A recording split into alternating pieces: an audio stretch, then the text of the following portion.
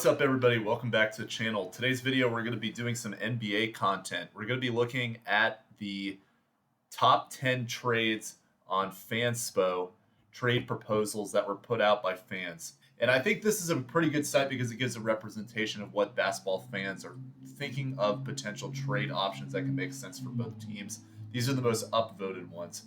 This website has a lot of just trash trades where people try to put together 5-team trades and things like that just make absolutely no sense. But these deals, I think, are at least realistic and make some sense. And I think that the other thing of note is that these deals I'm going to talk about today reflect a lot of the strategy that some of these teams could be pursuing in the trade deadline.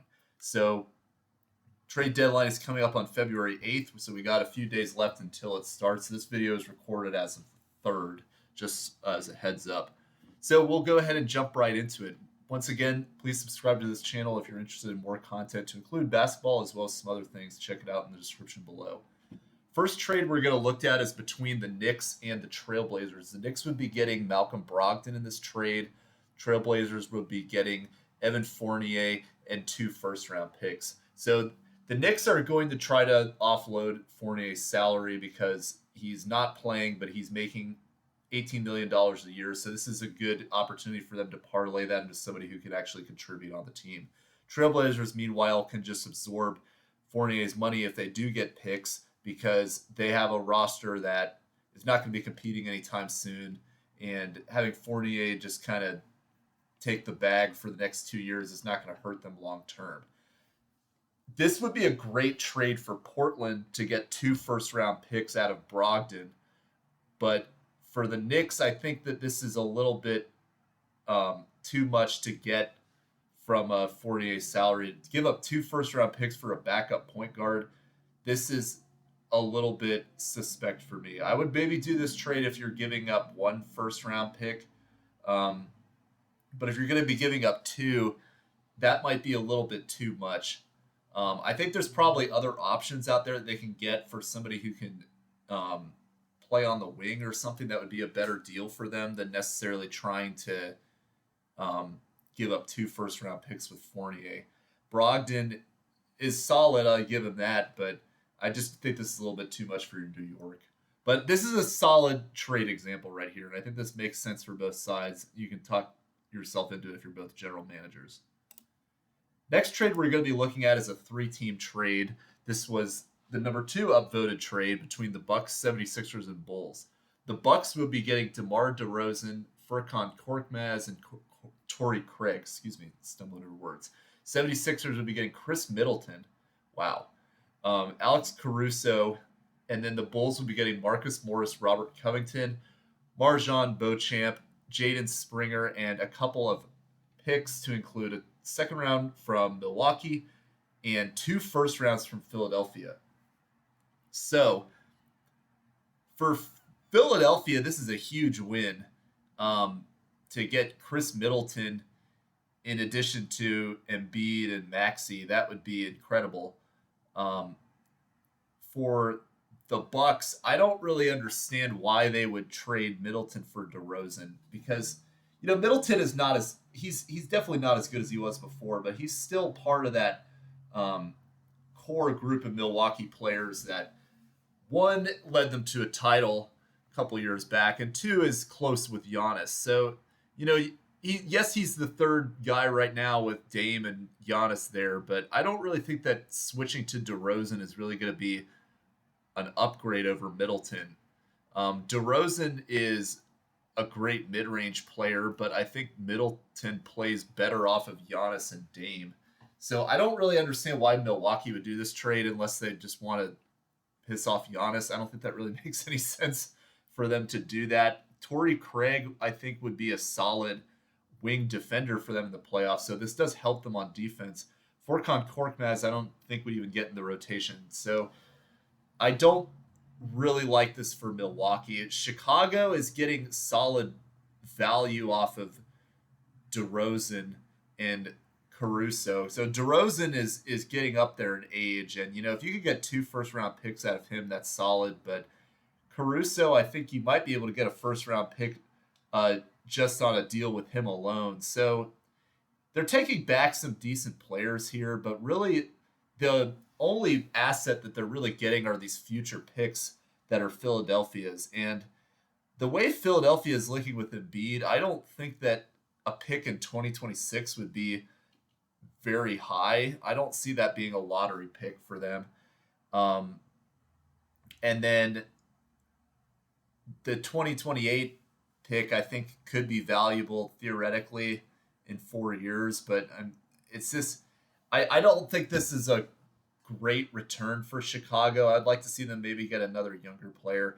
I think the reason that I don't particularly like this trade is because of the Bucks switching Middleton for DeRozan, but this is an interesting idea to think of if Milwaukee wants to play that game of trying to upgrade their roster. The next move we have here is a small trade between the Celtics and the Pistons. And this is a very savvy move that I can actually very realistically see Brad Stevens doing, picking up Mike Muscala, who's been on the team before, in exchange for Svi Mihalik and Lamar Stevens, who are both two players that don't really play on the rotation. And instead, you're getting Muscala, who is a solid backup big, who can stretch the floor, kind of play reserve minutes for Horford and Porzingis when they need him in there.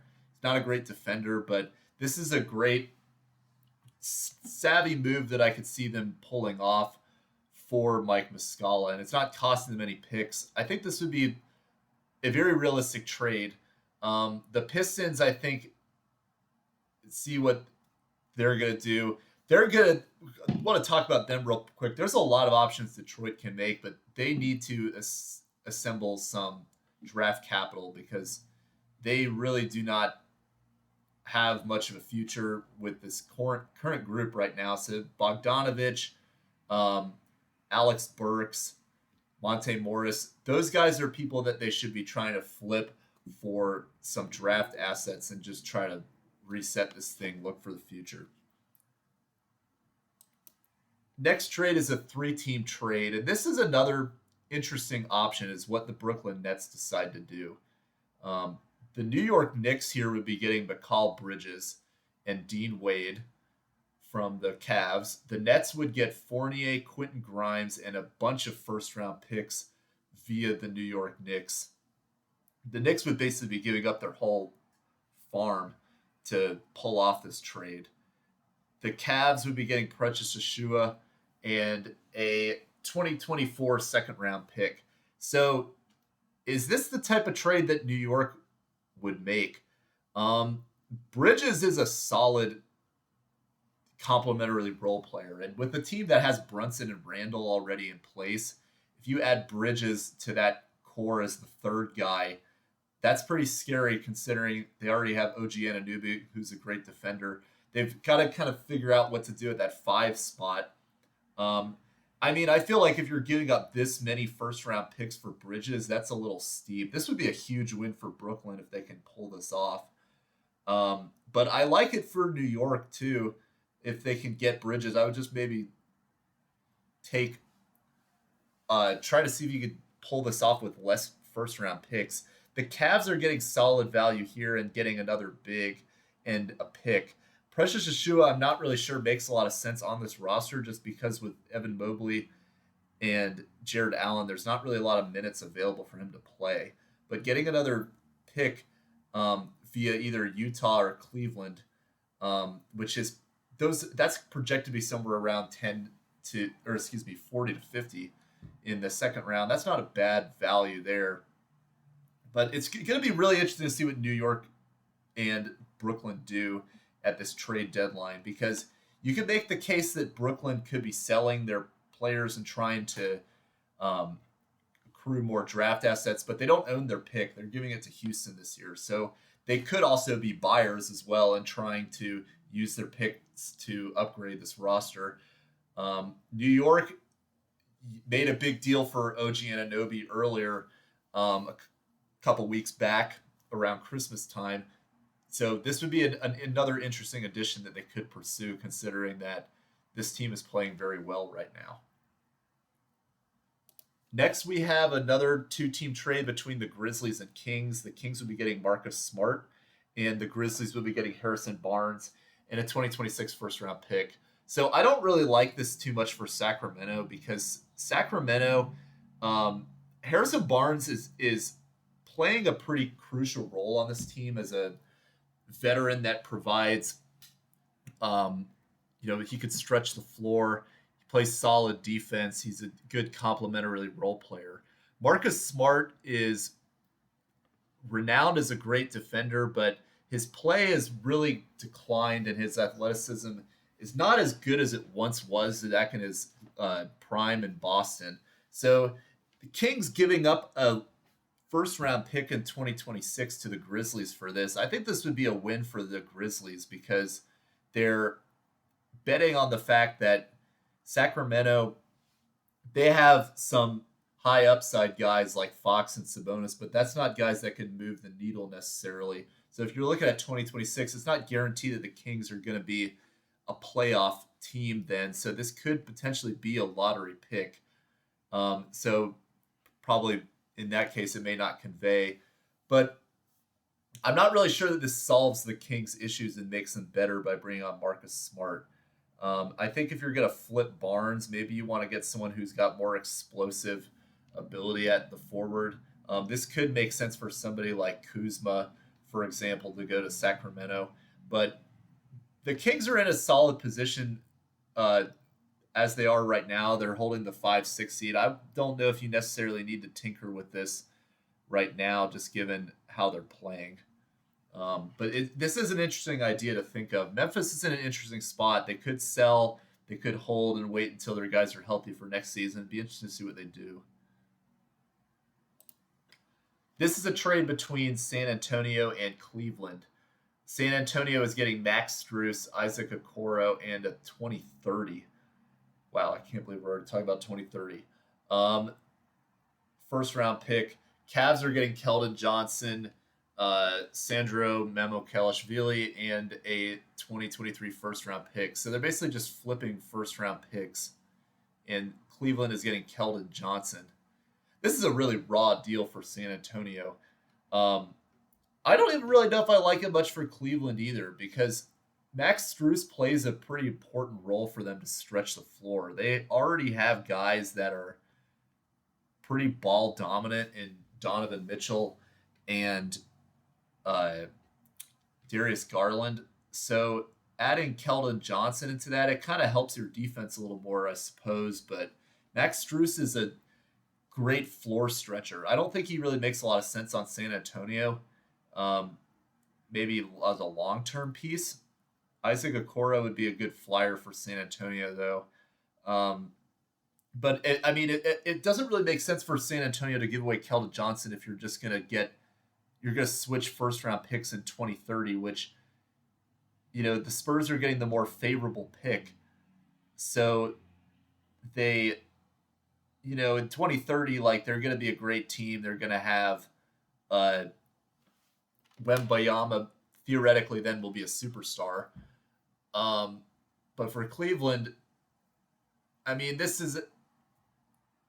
don't really think that I really don't like this trade too much for both sides. I think the Spurs, you wanted ideally get a little more out of Keldon Johnson, and you're not exactly getting guys that are younger that help them right now. You get this pick in 2030 that could be a steal for San Antonio in 6 years when they already have a good team and they could flip this pick for another one.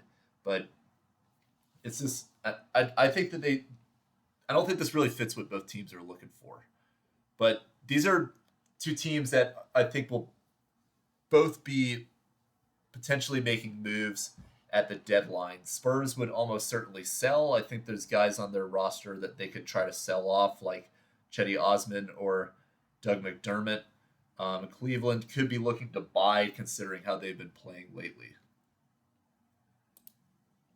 This is a good trade that I think addresses some of the Nuggets issues that they need to address at the deadline.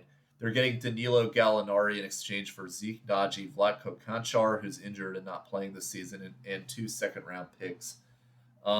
This is a little bit steep for Gallo, who is definitely on the back end of his career, but he does fit a pretty important need for this team. They really need some guys that can stretch the floor and also have size to defend some of these teams that have just throw a lot of wings and forwards at you.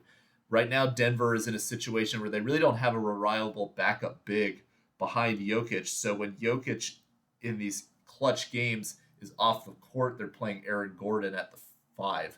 That's going to really wear down this front line. And Zeke Naji is kind of the guy that's been holding it down for them. It's him and DeAndre Jordan, but I don't really trust Zeke Naji. He hasn't really shown me much of anything that he's going to really step into that role. So I think that he's somebody that you could definitely send off in this case. Konchar is not playing, so this is kind of a moot point for him. The Pistons would just be doing this to try to get draft picks, and if they could get 2 draft picks out of Gallinari, that's pretty solid for them. The Nuggets, I think, would potentially look into doing this, maybe at 1 second-round pick, but this is, if you're trying to win now, Gallinari is a great piece to try to consider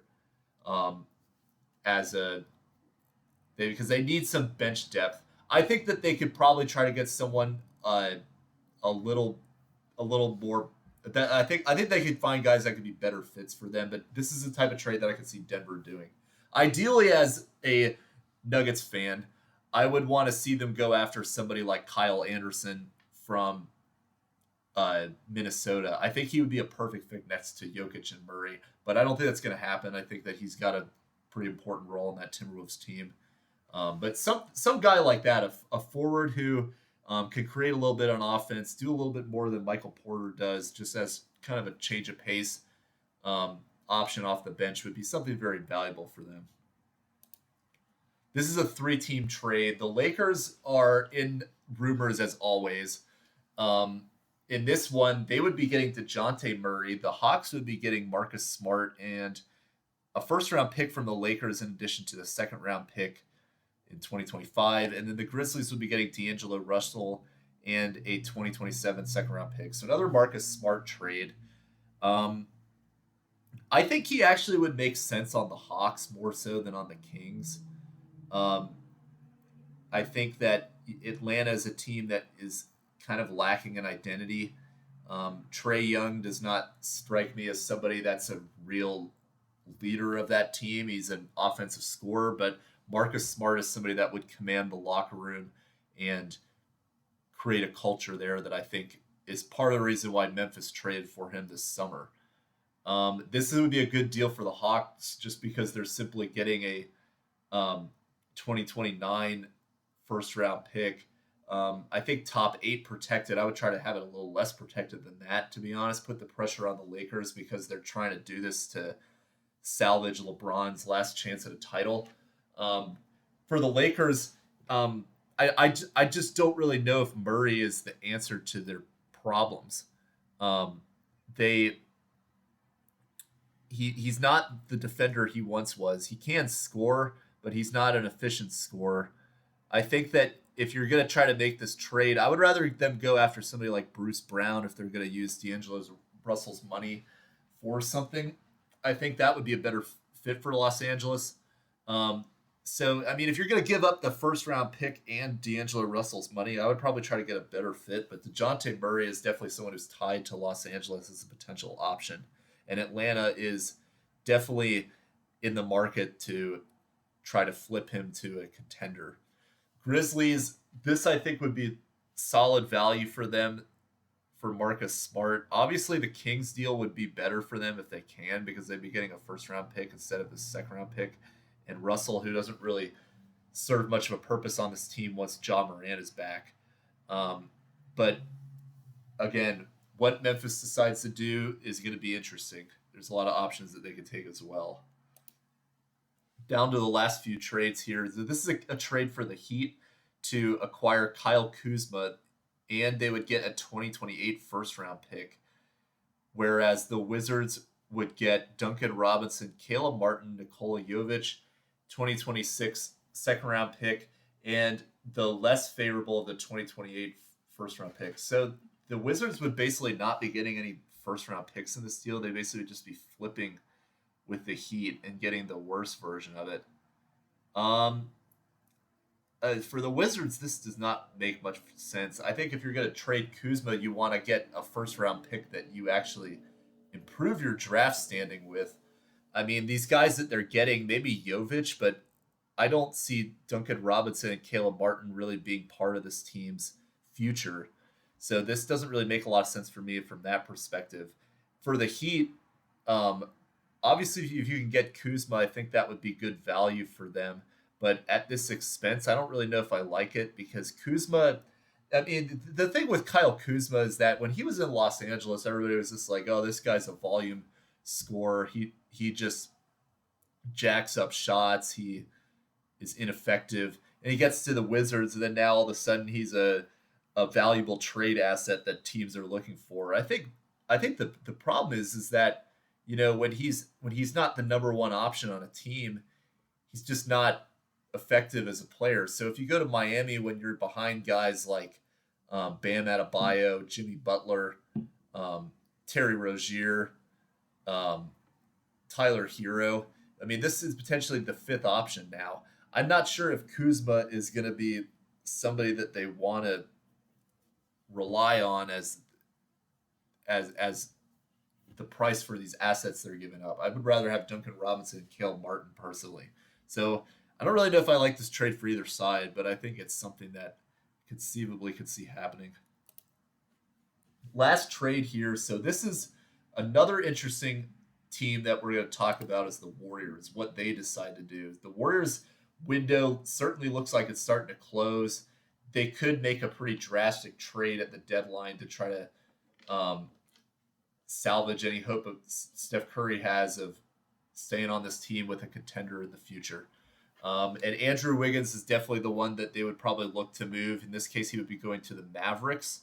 The Raptors would be getting Rashawn Holmes, Maxi Kleba, and Jonathan Kuminga. And then the Warriors would be getting Jakob Pertl, Chris Boucher, and 2 second-round picks.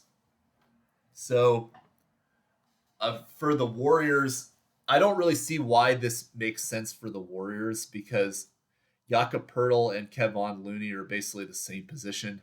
Chris Boucher is a athletic stretch big who he's definitely been talented, but he's just not stayed on the floor consistently enough for me to view him as a viable trade option that you would give up Andrew Wiggins for. Warriors, and they're not even getting a first round pick or anything, and I think they're getting the less pieces here. So not a great deal for them. The Raptors are getting Kuminga, which is a good player that they could take a flyer on. And then the Mavericks getting Wiggins, which I think would be helpful. But, I mean, I almost would rather have Kleba because Kleba is a better shooter right now. And they're giving up some picks. So I don't really know if this is the best. I think the Raptors would win this trade. I could see the Mavericks trying to do something like this to upgrade their roster to try to make a final push at it with Luka and Kyrie.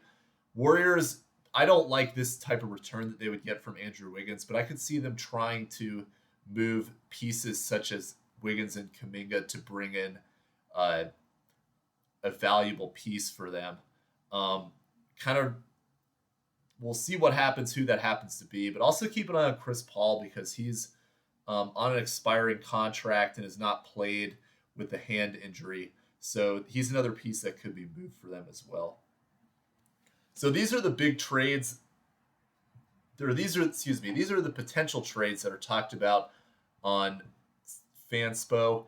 We'll see what happens over the trade deadline. If you want to see more videos like this, let me know, and I'll put out some content of what is the projected trades that we have coming up. But other than that, that's all I got for this video. Once again, if you're interested in subscribing, please check out the description below and like, comment, and subscribe to this video. All right, that's all I got. Talk to you guys later. Bye.